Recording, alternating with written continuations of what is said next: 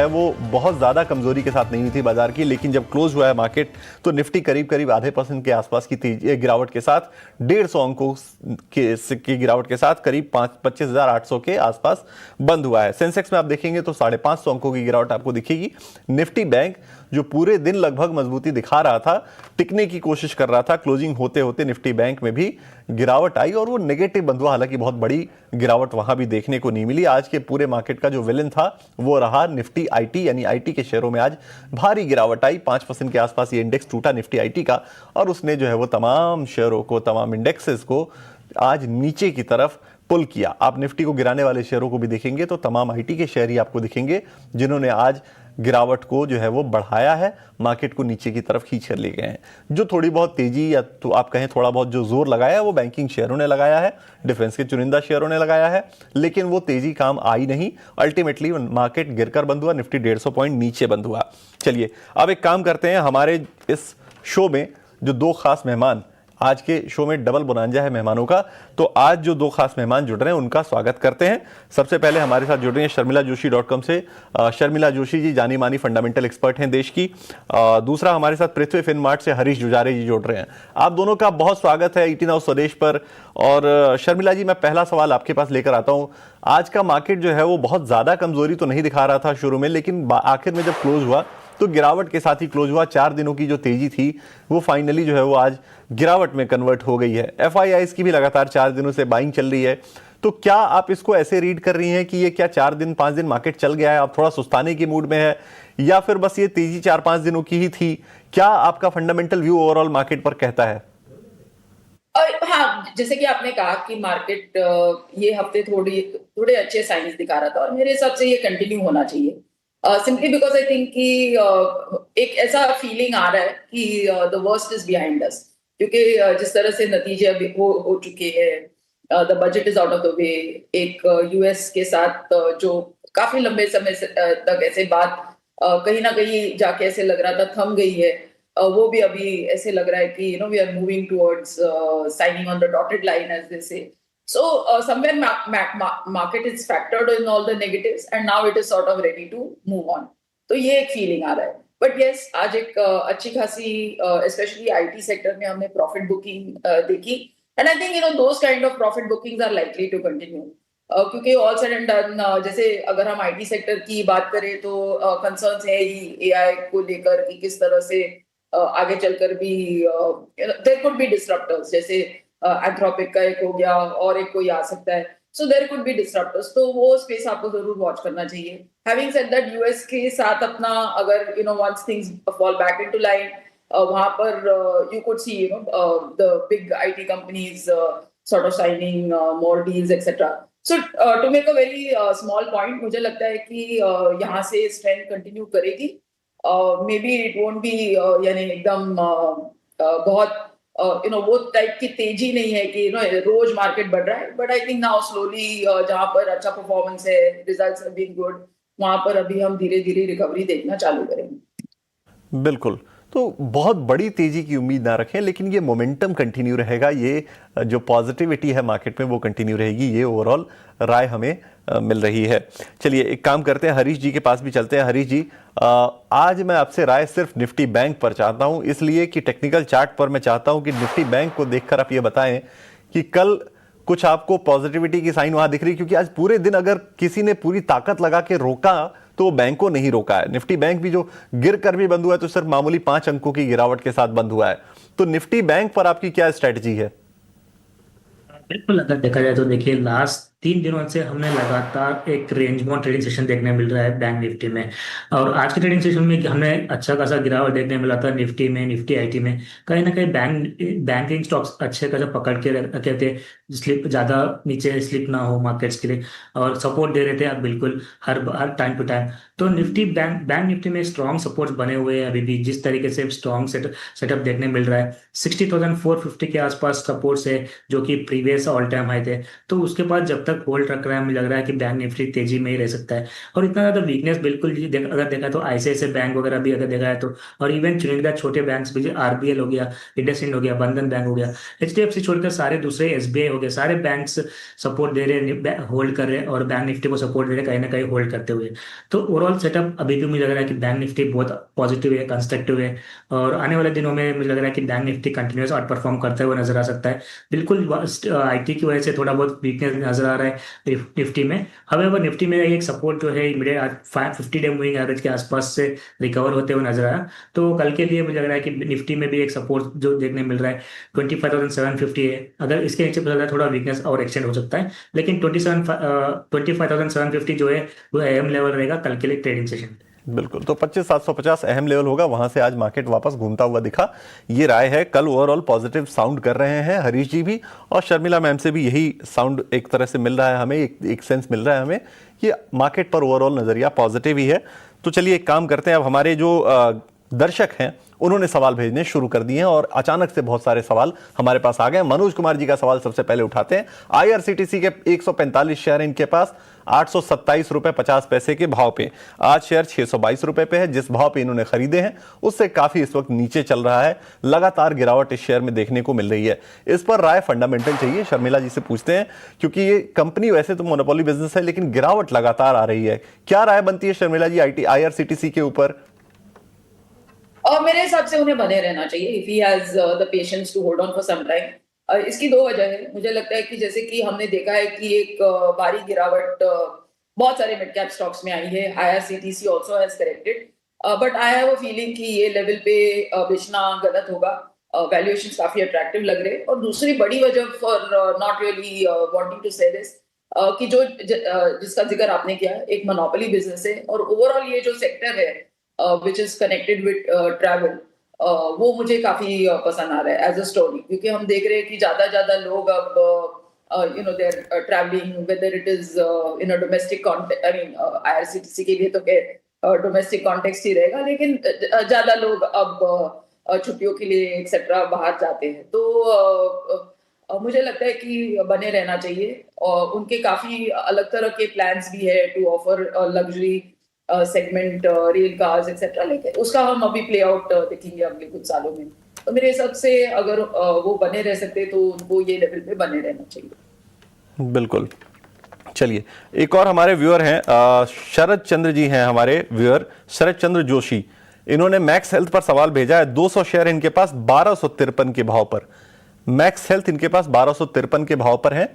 200 share 1062 इस वक्त जो है वो भाव चल रहा है इस कंपनी के शेयर का। थोड़े ऊपर के भाव पे इन्होंने लिया हुआ है, जहां से लिया है वहां से करीब करीब मुझे लग रहा है कि 20% के आसपास की गिरावट जो है वो देखने को मिल गई है। हरीश जी क्या राय बनती है? मैक्स हेल्थ 200 शेयर हैं 1253 के भाव पे।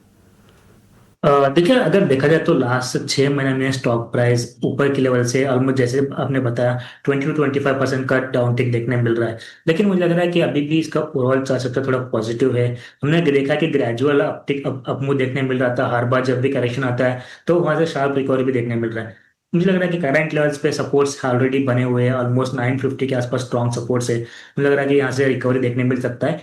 अगर इनका लंबा नजरिया है तो बने रह सकते हैं। अगर शॉर्ट टर्म का नजरिया है तो मुझे लग रहा है 950 का स्टॉप लॉस रखना चाहिए। ऊपर की ओर मुझे लग रहा है कि 11,500 तक का इमीडिएट रेजिस्टेंस है शॉर्ट टर्म के लिए। बिल्कुल, तो 1100 रुपए का इमीडिएट रेजिस्टेंस है शॉर्ट टर्म के लिए अगर ये देखा जाए तो।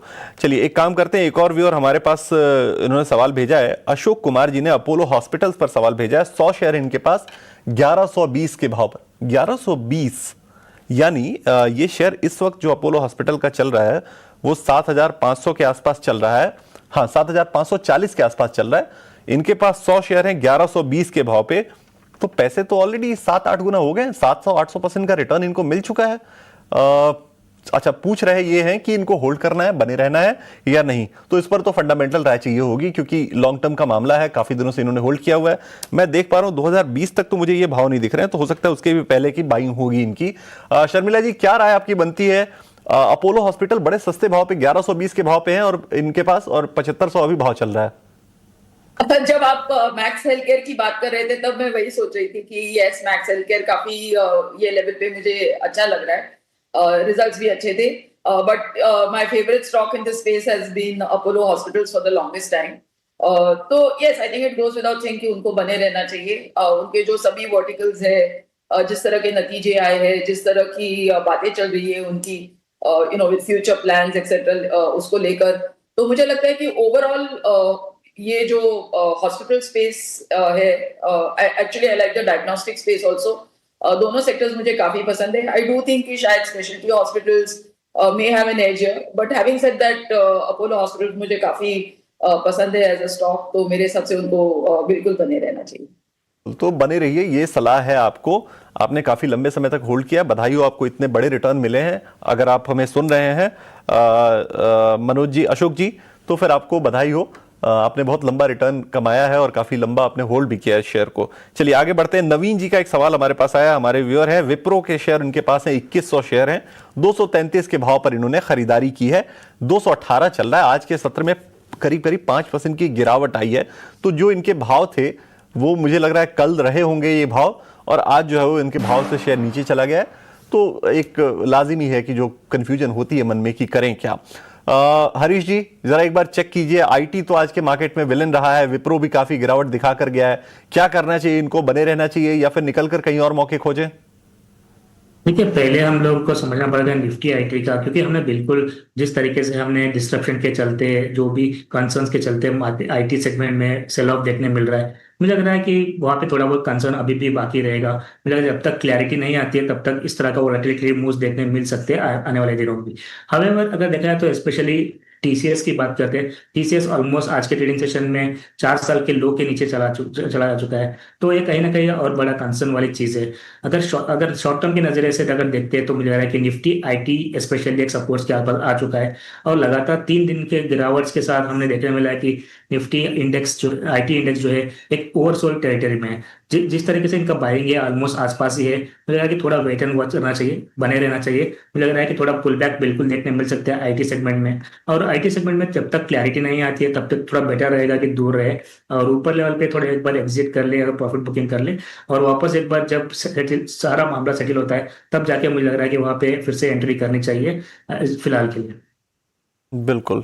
तो जब मामला सेटल हो, थोड़ा शांति हो जाए इस स्पेस में, उसके बाद देखे जाएंगे मौके. हो सकता है कई शेयर ऐसे आपको मिल जाएं सस्ते भाव पर, उस वक्त देखा जाएगा. अभी फिलहाल के लिए ये राय आपको दी गई है विप्रो के ऊपर और तमाम आईटी काउंटर्स के ऊपर. चलिए अब कल की तैयारी में वक्त हो चला है वीआईपी शेयर को लेकर आने का.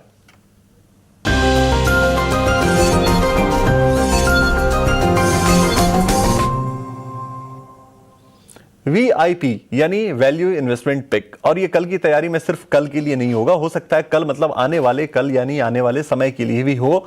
तो वैसे शेयर जो आपको अच्छा खासा रिटर्न दे सकते हैं, फंडामेंटल व्यू भी मिलेगा आपको मिलेगा और टेक्निकल व्यू के हिसाब से भी आपको मिलेगा कुछ ऐसे शानदार शेयर. सबसे पहले शुरुआत हरीश जी से करते हैं. हरीश जी, जरा देखिए, जरा बताइए कि कौन से शेयर्स आपने चुने हैं वीआईपी शेयर के तौर पर. देखिए, मेरे यहाँ पे 2 स्टॉक्स है. अगर शॉर्ट टर्म के हिसाब से देखा जाए तो मार्केट्स में 2 स्टॉक दिखाई दे रहे हैं. तो पहला रहेगा बीईएल में. हमने देखा है कि डिफेंस स्टॉक में थोड़ा मोमेंटम है, और बीईएल देखा है तो अगर पूरा डिफेंस पैक में अच्छा परफॉर्म करते हुए नजर आ रहा है, और रिसेंटली हमने ऑल टाइम हाई का जो रेजिस्टेंस है वो भी क्रॉस करते हुए नजर आया. तो मुझे लग रहा है कि बीईएल यहाँ पे आगे आने वाले दिनों में और परफॉर्म करते हुए नजर आ सकता है. शॉर्ट टू मीडियम के लिए टारगेट्स बनेंगे 465 और 475 का, और स्टॉप लॉस मेंटेन करना चाहिए 425 बीईएल में. और वही दूसरा स्टॉक रहेगा हिंदुस्तान कॉपर. हमने देखा था कि बीच में कॉपर के स्टॉक प्राइसेस के चलते एक वॉलेटाइल मूव, एक अप ट्रेंड देखने मिल रहा था. तो स्टॉक प्राइस थोड़ा कूल ऑफ हो चुका है ऑलरेडी, और सारे मेजर मूविंग एवरेजेस और मोमेंटम इंडिकेटर्स कूल ऑफ भी हो चुके हैं. मुझे लग रहा है कि स्टॉक प्राइस एक कंसोलिडेशन में है, वहां से बाहर निकलते हुए नजर आ रहा है, और फिर से एक बार मोमेंटम देखने मिल सकता है आने वाले दिनों में. तो टारगेट्स के लिए बाय करना चाहिए हिंदुस्तान कॉपर करंट लेवल से भी, और टारगेट्स बनेंगे 675 और 700 का टारगेट्स बनेंगे, और स्टॉप लॉस मेंटेन करना चाहिए 590. बिल्कुल. तो ये 2 सलाह आपके पास, 2 पिक्स आपके पास. हिंद कॉपर आपकी स्क्रीन पर 675 700 का टारगेट, 590 का लगाना है स्टॉप लॉस, 624 के आसपास ये शेयर आपको अभी मिल रहा है. आप ये कल देख सकते हैं अपनी ट्रेडिंग, अपनी जो है वो खरीदारी के हिसाब से। दूसरा जो पिक है वो BEL का है, 465 रुपए का आपको लगाना है टारगेट और 425 के स्टॉप लॉस के साथ आपको करनी है खरीदारी। 443-44 रुपए के आसपास ये शेयर आपको मिल रहा है। चलिए अब फंडामेंटली कुछ ऐसे शेयर जो हो सकता है कि वैल्यू इन्वेस्टमेंट पिक हो, शर्मिला जी से पूछते हैं। शर्मिला जी, क्या पिक्स आप सजेस्ट करेंगे हमारे व्यूअर्स को जो फंडामेंटली स्ट्रॉन्ग शेयर्स हो, जिनमें वो खरीदारी कर सकते हैं, निवेश कर सकते हैं? हाँ, for the long term I am recommending trend. इसको आप खरीद सकते हैं एक 12-18 महीने का अवधि रखकर, एक for a target of about 5000 rupees. Stock काफी करेक्ट हुआ है फ्रॉम मच हायर लेवल्स, लेकिन जिस तरह से नतीजे आए हैं, जिस तरह से मार्जिन्स रहे हैं, मार्जिन्स इंप्रूव हुए हैं और लग रहा है कि वो सस्टेन कर सकता है। उसके साथ साथ जो उनका डिजिटल प्रेजेंस है वो बढ़ा रहे, वो फिर उनके जो नए स्टोर्स खुले हैं वो भी आगे जाकर they will add more to profitability going ahead. ये पिछला क्वार्टर इतना अच्छा नहीं था, ये क्वार्टर में उनके नतीजे अच्छे आए and I think in this coming year they are going to build on that. Stock ऐसा लग रहा है कि काफी बॉटम आउट हुआ है, तो I think you can by at this level with a target of 5000। बिल्कुल। सो ट्रेंड 5000 के टारगेट के लिए आप खरीद सकते हैं। चलिए, बहुत शुक्रिया शर्मिला जी, बहुत शुक्रिया हरीश जी आज जुड़ने के लिए और हमारे व्यूअर्स को गाइड करने के लिए कल की तैयारी के हिसाब से। चलिए।